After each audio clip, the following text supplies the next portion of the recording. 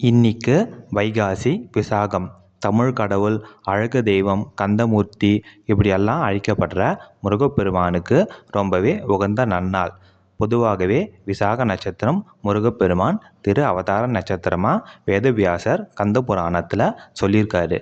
அதுவும் வைகாசி மாதம் வர விசாக நட்சத்திரம் ரொம்பவே முருகப்பெருமானுக்கு உகந்தது.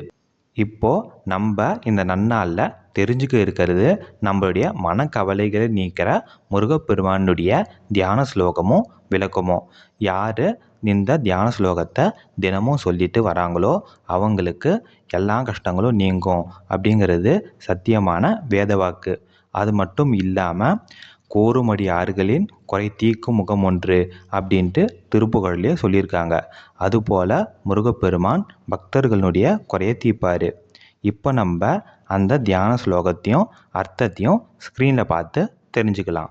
ஸ்லோகம்: ஷண்முகம் ஜகநாதீஷம் ஷாம்பவம் பரமேஸ்வரம் சர்வதுக்க விநாசாய சந்ததம் சிந்தையாம்யகம்.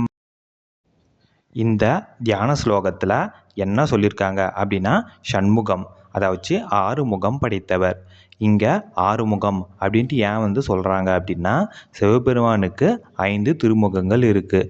அம்பாள் பார்வதி தேவிக்கு 1 திருமுகங்கள் இருக்குது. சிவபெருமானுடைய 5 திருமுகமும் பார்வதி அன்னையினுடைய 1 திருமுகமும் சேர்ந்து 6 முகமாக முருகப்பெருமான் இங்கே காட்சியளிக்கிறாரு.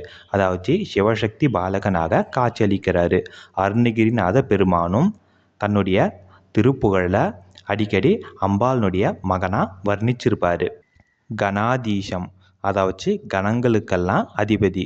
முருகப்பெருமானும் 5 தொழில்களையும் செய்வதுனால முருகப்பெருமானும் கணாதீசம் கணங்களுக்கெல்லாம் தலைவர் அப்படின்ட்டு சொல்லியிருக்காங்க.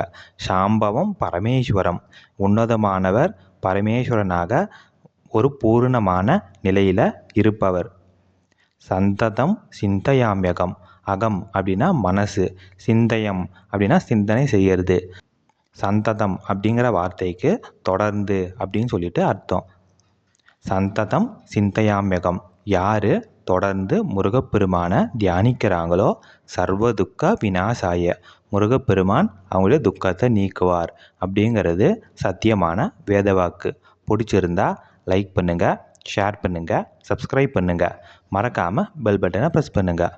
மீண்டும் ஒரு நல்ல பதிவில் சந்திப்போம்.